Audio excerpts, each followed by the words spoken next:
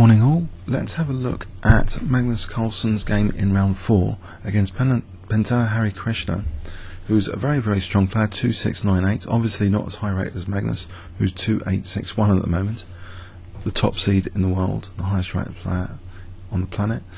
Magnus kicked off with e4 and we saw e5, so far so good, so standard, knight f3, knight c6.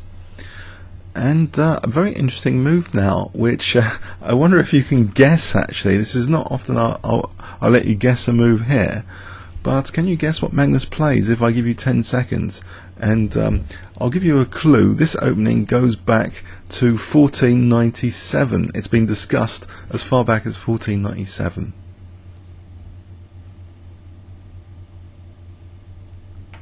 Okay, he played the Ponziani, which is the move c3. Wow. This on Wiki there's a little bit of information about this, and it's been played most recently by Hikaru Nakamura against Bekara in the US Championship 2007 at a very high level. What a fantastic surprise. So the idea is generally to play d4 rather than d3, I would assume, because d3 is a little bit passive. It could be like I guess a reverse King's Engine attack if white maybe played g3 later on bishop g2. But I think the intention is to get that stake in the centre and the classical two pawns duo here. But okay, it's a really ancient opening. In fact, it was advocated by Howard Staunton, and if you don't know Howard Staunton, he's had a big influence on the piece design in chess. The Staunton piece is very aesthetic, made the game much more enjoyable to play. He was also, he had some interesting ideas, Howard Staunton, and maybe you can anyway, veering off. Let's carry on in the game before we get sidetracked. So knight f6 hits the e4 pawn, so will white be distracted from playing d4? Well, he does actually play d4 here, so potentially it looks as though there's a little bit of a gambit going on already, perhaps. Okay, because although white's attacking e5, what if black took, then white would be forced maybe to play e5, because after takes then it is a gambit. So okay, it's interesting to maybe do a reference check of this position, a detailed reference check in the second pass. Black immediately counter-attacked in the centre with d5. So in terms of development right now, white's used the pawn there. Well, black's got two knights out versus white's one knight, so black's actually focused more on piece development. White in constructing this centre, maybe does white have a significant advantage, but is the advantage necessarily just on the board? He's really bypassed possibly all the opening preparation has been thrown out by Pentala, and future Magnus Carlsen opponents are going to be even more concerned about Magnus's huge breadth of potential choices and surprise weapons. He's going to be even more difficult to prepare against. And a lot of one-day professional games is all about preparation and being able to get a nice position from the opening. So what a weapon to reel out. So bishop b5, maybe inspired by Nakamura's choice and success with it in 2007. I assume success in 2007, but we'll do a reference check, as I say, in the second pass. So bishop b5, renewing the pressure on e5 in particular. So we see e takes d4. Now white is encouraged to play e5, otherwise it looks to be, well, knight takes d4 might also be playable, but for the moment he plays e5. Then we see knight e4, and now knight takes d4 here. So c6 is an issue. It's defended with bishop d7, and we get an imbalance, a major imbalance here. Bishop takes c6. White is giving up the bishop pair, but inflicting some structural damage on black. Black wants to preserve the bishop pair, so takes with the pawn. And you might also think, well, there's the b file, so that's pressure on b2. On the other hand, if we look at this position, with this advanced pawn, white's f-pawn is also ready to run to help maybe an attack on the king side later. So it is a position rich here in imbalances, and for those that want to avoid and surprise the opponent, this looks like a fantastic idea. I think it's already looking like a success, and that's the absolute beauty of chess, that even on move 3, you know, there's viable surprise weapons. We can go back in history and revisit these old ideas, and maybe with new vigour of engine analysis revitalise and modernise maybe these ancient lines. So okay, is it so bad? Maybe it was thought a bit suspect, this position, to give black the bishop pair, but you know, if we play dynamically, would this black trump card be of great significance if, for example, these two pawns could be made more important than, say, even losing a pawn on the b file? This knight is of course aggressive. Kicking it would weaken the diagonal. So there's a variety of imbalanced considerations on the table already. White castles, we see bishop e7. Okay, and then we see bishop e3, which does seem to highlight the c5 square, as if white might be interested in trying to get a lock on c5 with, say, knight b3, kicking this knight, and maybe trying to exchange off one of the bishops.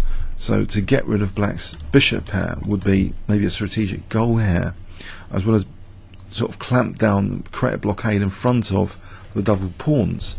Nimzovich has always kind of had a preference for blockades in front of double pawns in particular. So this looks like a targeted blockade coming up, potentially. So after castles, for the moment actually, we see now knight d2 to try and do something about this pesky knight here. The knight goes back to c5. If it goes to g5, one would expect f4, and it's encouraging this pawn roller, and then maybe even f5 after that, and we've got a ready-made attack against black's king. So very interesting position here. Black plays knight c5. Getting the opponent to have to improvise much quicker is perhaps a key goal of modern chess, for those especially that don't want to do tons and tons of preparation and want to focus their skills more on middle game and endgame play, and you know, getting the opponent on their own resources to improvise. So b4, we see knight b7. It looks at this moment quite pleasant, but on the other hand, this structure here is subject to attack. The knight's pretty useful potentially in some way, maybe for a5, but in general this structure is a little bit wobbly, and we've also got c5 as well, potentially supported by the knight on b7. And okay, so f4, white starts to use this trump card, this extra mobility of these pawns, which look to be you know, coming up as a potential battering ram here for black's king side. So can black kind of balance the position by counter-attacking on white's one sort of weakness sticking out here, b4? And what is the best way to do it? Is it going to be c5 or a5? Well, actually he chose a5. c5, we might have to check that out in a second, past c5. But here, believe it or not, Magnus just goes in for a pawn sack. He's saying to black, okay, win that pawn, but even if he plays f5, just sacking the b4 pawn. These pawns are double anyway, so it's white that has kind of a running past pawn after this is liquidated. This a pawn, even, which, you know, you might think is a paradox, but getting rid of this a pawn gives white a past a pawn, and black's technical pawn up, as we've seen in many Magnus Carlsen games, might not be worth what it technically represents, because of all the dynamic compensation which he's building up here, especially on this king side. And it's always very nice to push the f pawn, because the rook's naturally kind of activated and developed, much more aggressive than this rook, and we've got potential squeeze as well with e6 here.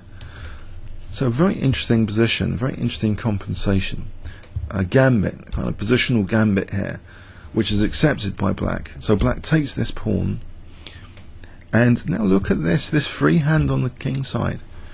Although f6 is not a threat, that would lose the queen, but e6 and then bishop h6 as well is a threat. So some dangerous threats here. Black plays bishop c3 as though, okay, interested in winning more material if this rook moves. Okay, it's going to be more material up. He's already a pawn up, but there is another target. So okay, but his king, he's putting his king potentially at great risk here. He's tying down the bishop though, of course, because bishop h6, we can play bishop takes d4, it's check, and then take here. So bishop h6 is totally ruled out. But just rook ac1, Magnus is playing with apparent disregard for these pawns. He's got this initiative on the king side. He wants to emphasize that.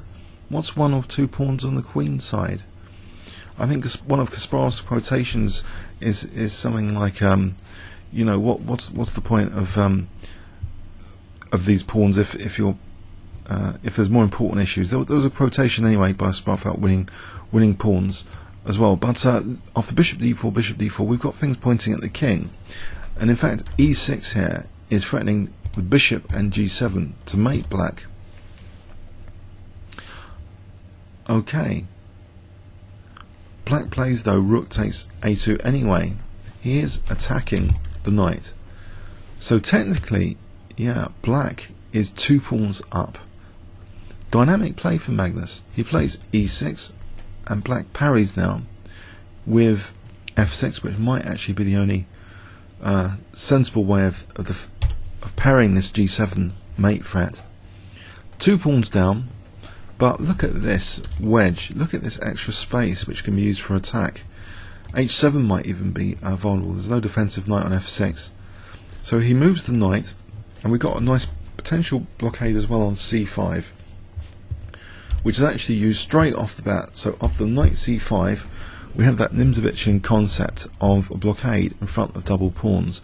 So you can argue that's actually, you know, if black's pawns are kind of dynamically neutralised, then does white, the question is, the more philosophical question, does white retain his use of the trump cards, his extra space and initiative on the king side? If it's not going to be a problem for a long time, these pawns, okay, these extra pawns, if they're not potential queening candidates, and white's got this huge grip on c5, it's giving white time to increase the pressure maybe on the king side. So knight d6 at least threatens knight e4 to try and get some maybe central pressure and keeping some central control. Okay, we see queen f3, and it's not entirely apparent actually what the threat is here, at least not on this intuitive inspection of this game. But I think possibly it's to do with just wanting to get rid of black's only active piece. If we look at these pieces generally, the only aggressive piece is this rook. So perhaps the idea is one key idea is simply exchange that off and then carry on the attack. And there's also this kind of lurking e pawn to go to e7 when black's not ready for that. We see queen e7, and yes, we see rook f2. Just, you know, how can this rook be supported? It can't. It doesn't. Black doesn't really want to take it off, and you'd think the person with the material advantage would want to take off material to simplify, but no, he plays rook a5. I think he realises this position is quite difficult, even though it's kind of 2 pawns up. Knight b3 attacking the rook, and offering a replacement blockade, which would be a pin for the bishop if needed. Rook b5, we see bishop c5, which also gives the knight d4 now, which puts pressure on c6. So black's position is, Nimzovich will be proud about this blockade on this structure here. So bishop h5 is trying to deflect the queen away to be able to take on b3. So queen c3, look at this dark square grip. Very interesting. Knight e4 technically is not perhaps working here because of bishop e7, bishop takes f8. So queen e8, and we see the move in this position, this is really interesting. The move Queen E3, and it looks as though was that a waste of time? Why didn't you just go to E3 straight off the bat? Well, there are specific reasons often for this. The Queen, because that Queen went back, it looks as though now E7 is more effective than it was. So E7 as a potential threat here is one thing. Okay, we see Queen A8, and now Knight D4 attacking the Rook, and this is already incredibly difficult. Where is the Rook actually running to now? Given we've got this potential for E7 and Queen E6 check, potentially maybe even just taking on C6 at some point if this knight wasn't there, or just taking on D6.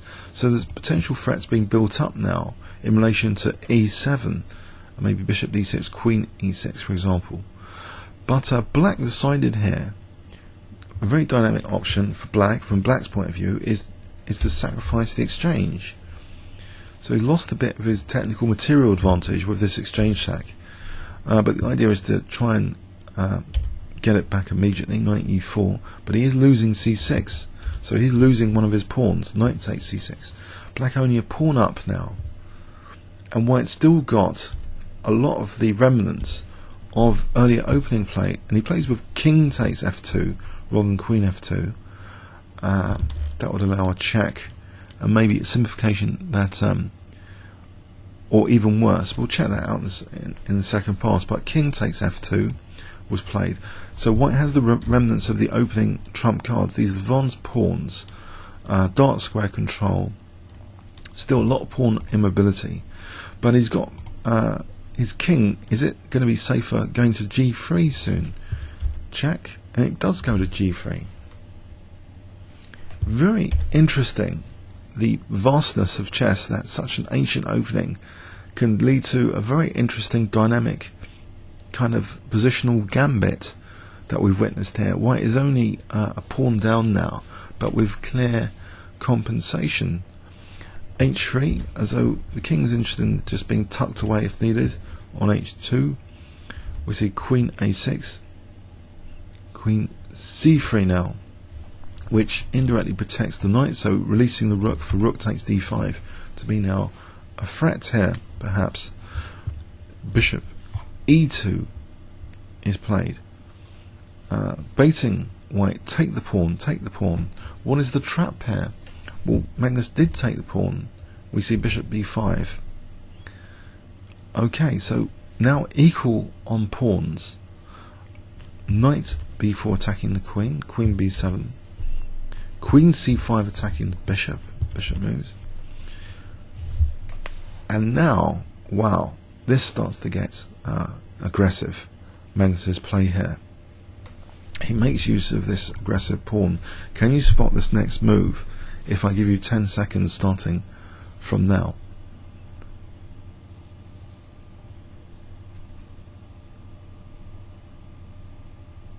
Okay. Wow, aggressive move. Rook D7. Attacking C7, offering an exchange sack. It looks as though it's impossible to play because of Queen E7 here. That looks a very dangerous position if taking, but we'll check that in the second pass.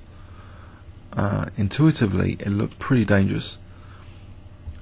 So Black actually doesn't do that. It plays Queen E4. And White, for the first time in the game now, after all that being 2 pawns down, 1 pawn, 2 pawns down, is now 1 pawn up. And he's got a rook on the 7th, and he's still got these aggressive pawns. Black plays H5, and the king tucks in with King H2. Okay, doesn't Black have some dangerous checks? You might think. Well, what happens after King G1? The White Queen is controlling the dark squares. These 2 dark squares, in particular E3 and C1, are covered here. So maybe the check's pointless. We see King H7. Now Queen F2, which seems to leave the knight hanging But hold on, is it as easy as that? What if queen takes b4, queen g3, for example? White will be threatening immediate mate, and that doesn't seem satisfactory for black. You know, rook g8, queen g6 check there, and then mating with queen takes h5. So taking this knight, it looks like a poisoned knight to take that.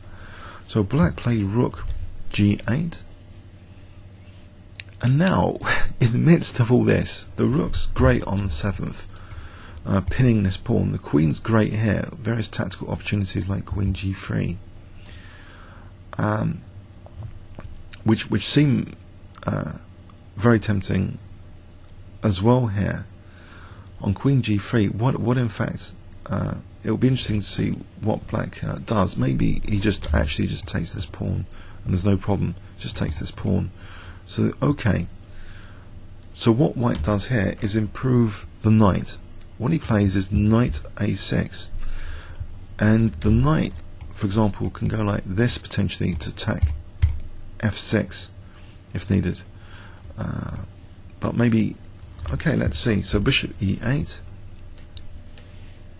Now knight c5 here is not played.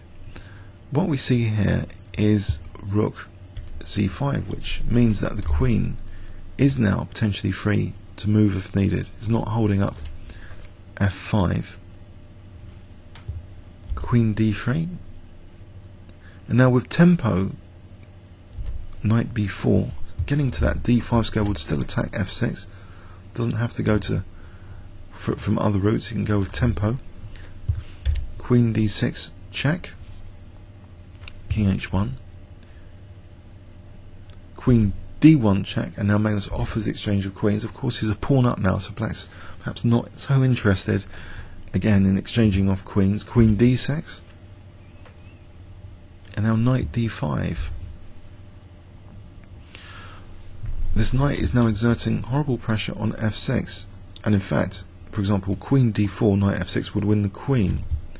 Black plays rook f8, and we see queen d4, threat, knight takes f6, check, winning the queen. King h8, and we see a magnificent idea, because you might think this is a little bit okay, a little bit risky perhaps. Rook c8,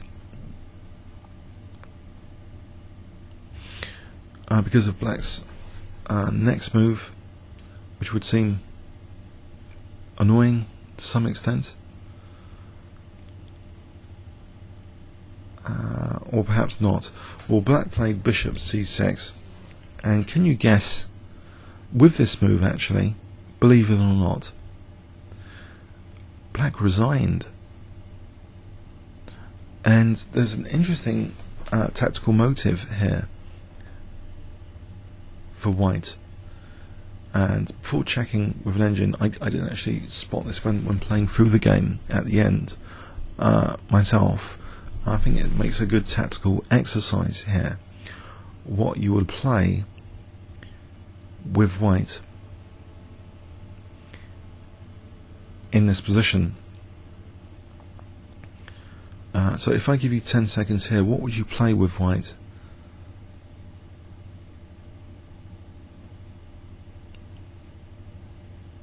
And we'll check with an engine. I think, okay, I think knight takes f6 is a killer blow here, offering the queen and offering bishop g2. I think that's harmless. Bishop g2 check. The idea, queen takes d4, rook takes f8 would be mate. The knight is guarding the exit point of the king here. That's mating. I don't think anything helps here. So black resigned with his move there, which is quite unusual, more unusual. But let's see. So he just sees knight f6 and resigns. I think so. Knight f6 is the killer move. Bishop g2 is just harmless. We just take it here, and the same theme. There's no important checks or anything. Very interesting game indeed for those that want to be innovative with e4. Let's have a look at this. The ancient Ponziani opening, reeled out amusingly, quite amusingly, you've got to say, in this modern age. going back to 1497, discussed in literature, 1497. Okay, there's a counter gambit in 1769 with f5. So that's quite interesting. Some sharp opening theory with f5, but no, that wasn't played. We see knight f6. What is the reference check saying about this position? So I'm clicking reference. Let's just go from this position, not earlier, because otherwise we'll be here a lot longer, I think, doing a reference check. Okay. It'd be interesting to see the years on these games as well. Okay, we've got games in 1846 as reference here. Quite amusingly. Horwitz, is it analysis or something? No, we've got games in 1959 after. Quite a stretch for a history of chess here on this. It has been reeled out a few times in this database. I mean, this is a big database in 2009. I need to update it, but we get a good general picture that actually knight f6 here, 2,811 games, is the most popular. d5, 1,080 games. d6, 356 games. f5, that aggressive gambit, aggressive counter response, 162 games. Bishop c5, 137. So knight f6 been played before by Kamsky, Anand, Nielsen, Adams. That was played in the game. And we see now d4. Is that the move? Yes, that's the most popular move here for white. 2,183 games. Nigel Short's played it before, Megami, Laboyevich. Okay. And d3 has 427 games. It's much less played d3. So d4 the aggressive. d4. And black responding with d5. This is interesting. On the reference track here, the most popular move in this position, the most beaten track, is knight takes e4, 881 games. Been played before by Kamsky, Anand, Kalifman, and Korchnoi. E takes d4 is also popular, 818 games. Nielsen, Alexandrov, Spassky's been playing this before. d6, 311 games. Been played by Tao before, Geller, Balashov, Ajstein. But this move d5, only 156 games, so slightly going off the beaten track with d5. And white's most popular response here by far is bishop b5, 118 games. E takes d5, only 20 games. So Velimirovic, Herbeler has played this before, bishop b5. So we're going into a much smaller reference database very quickly. Black playing knight takes e4 here is the most popular, 48 games. Just slightly, e takes d4 also popular, 47 games. Far less popular, bishop g4, 10 games. So in the game we saw e takes d4. Now this is the most beaten track, e5, not knight takes d4. 40 games with e5. Velimirovic has played this before. Knight d4, not too many notable players with knight takes d4. So the idea, e5 here. Okay, knight e4 has been played 39 times before. Knight d7 only once. So knight e4, the most popular move. Knight takes d4, the most popular move, instead of c3 takes d4. So 28 games with knight takes d4. Velimirovic, one of the most notable players. So knight takes d4, and we see bishop d7 here. Looks logical and most popular, 26 games. Bishop c5 has been played twice before. So let's go with bishop d7. So white going for the double pawns is the most popular, 17 games on this. Other things are very, very minor now. So this is the line. White castling, bishop e7. in 6 games. We've gone into a very small subset of games now. And in this position, bishop e3 was played by Magnus.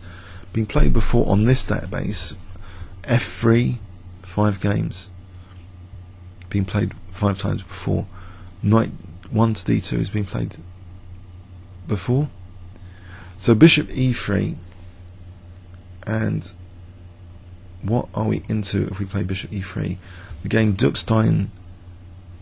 No, this position has been reached. Yeah, Dukstein Unzicker 1970, which was a draw. And we've also got Mufang against Hess in 1976, which was a win for black. Not particularly inspiring results according to my database here. Okay. Basman has played with a win here in 1963 against someone called Masters. Okay. So bishop e3. Okay, black castling. Knight d2. We're still following all 3 games with knight d2. Knight c5. We're following 2 of the games with knight c5. The other veered off with knight takes d2.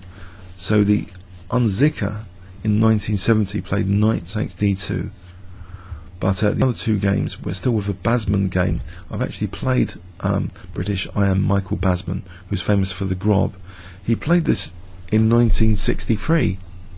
So clearly, Magnus Carlsen is checking innovative British IMs. Okay, Michael Basman. I actually drew with Basman once, actually, as a side note. So here, okay, Basman did continue with f4 in this position. Magnus now is maybe, well, b4 and f4 were played, is maybe it transposes to the Basman game, because we get this anyway, b4 and f4. So we've got this Basman reference game here. It's been played before. Actually, he played f4. Basman, in the Basman game, he played f4 here. So this might be where we branch off totally. We saw f4 in the Basman game, and black responding f5, and also in the other game, f4, f5. So this is slightly new. It's black which kind of hit in this position, didn't play f5, which 2 people before him have played the move f5. So maybe that's a starting point for a question there. Why wouldn't black want to play f5 here? On e6 we can still keep this protected with bishop e8. That's something to check now maybe. But okay, let's see. f5.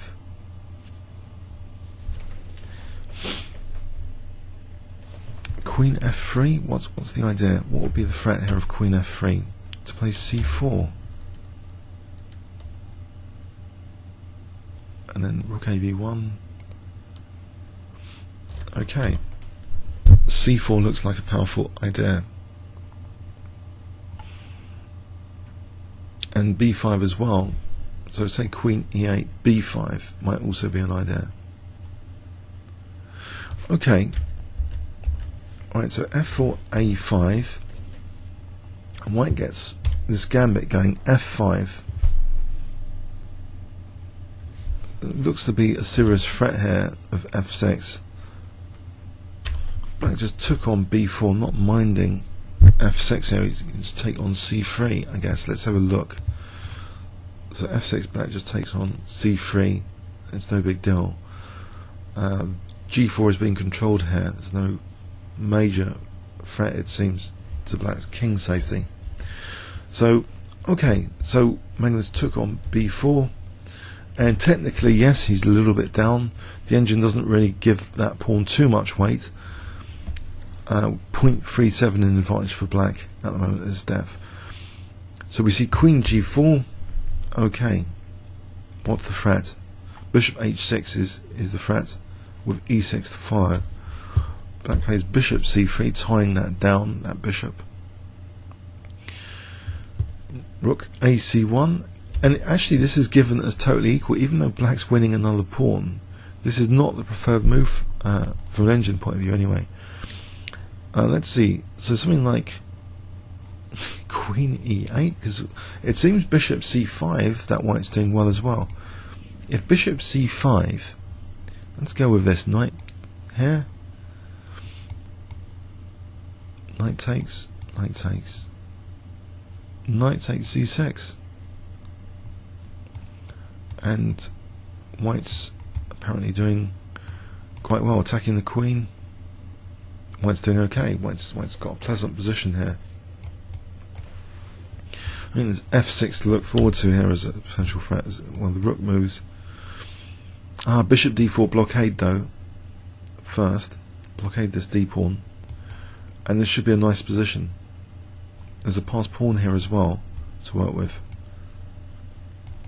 Nice position for white, even though he's a pawn down. It's a nice pawn down. Okay, so in the game, let's see, Queen G4, we see Bishop C3, and white's apparently technically equal, believe it or not, even though he's 2 pawns down. So Bishop D4, Rook takes A2. This looks like great conversation visually. Let's play E6. So F6.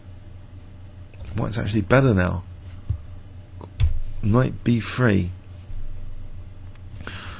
Any better move technically? Rook CE1 threatens E7 here. If black played this, white could win the bishop. This looks important. Knight B3. And white seems to be doing well here, piece up. But okay, so that's interesting. That rook, just rook CE1 here.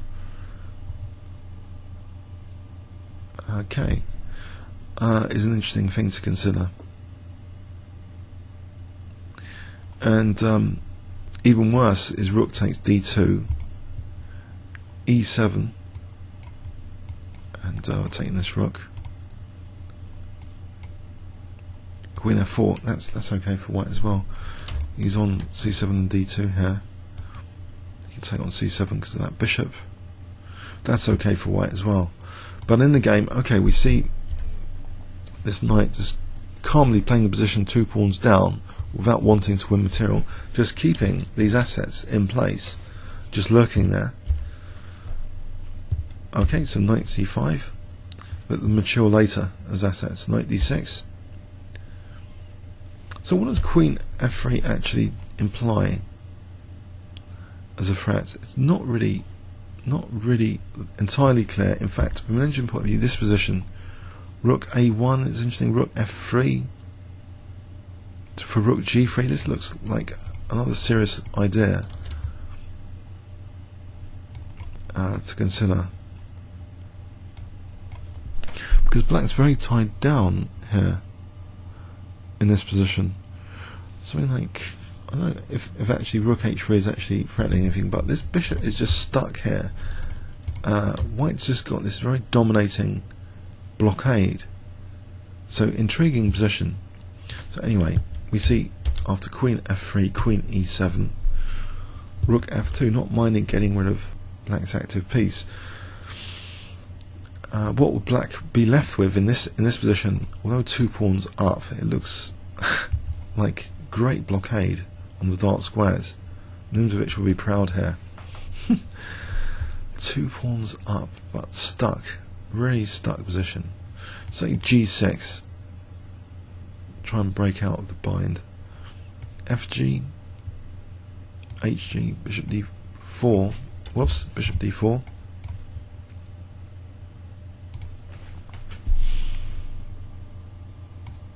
If we follow this through, what are white's prospects here? It looks as though it's very difficult to assess. White seems to have, well, if black's easy, it's easy for black to lose this. It looks as though here there's a threat of Queen H6. Well, the bishop's guarding G6. I don't know. It's murky, isn't it? So let's go back in the game. We see rook a5, not exchanging off rooks. Knight b3, and now bishop c5, queen c3. Evaluation now looks promising actually after queen c3 here. Looks like an accurate move. Queen c3. What's the threat? Knight d4 is the major threat here. Now, so that rook has been ruled out of a5 with queen c3. So knight d4 making that a major threat. And funny enough, Magnus doesn't play knight d4 here. He plays queen e3. Mysterious. What's wrong with knight d4, I wonder?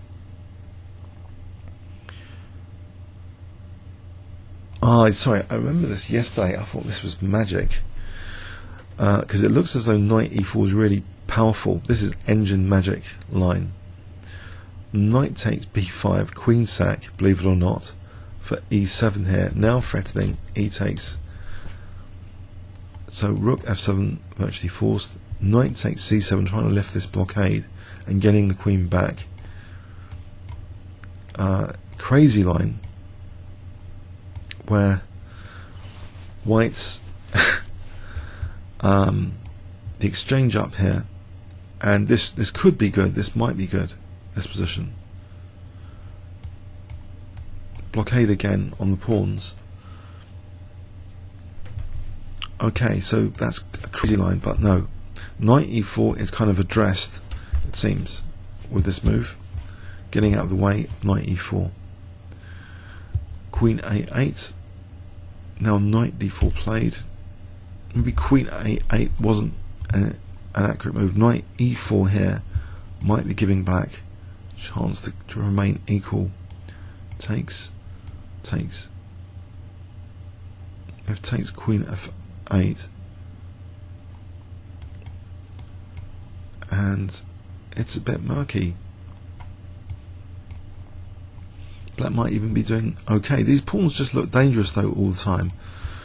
So in this position, okay, we see queen a8 and now knight d4. It looks visually quite pleasant in many respects.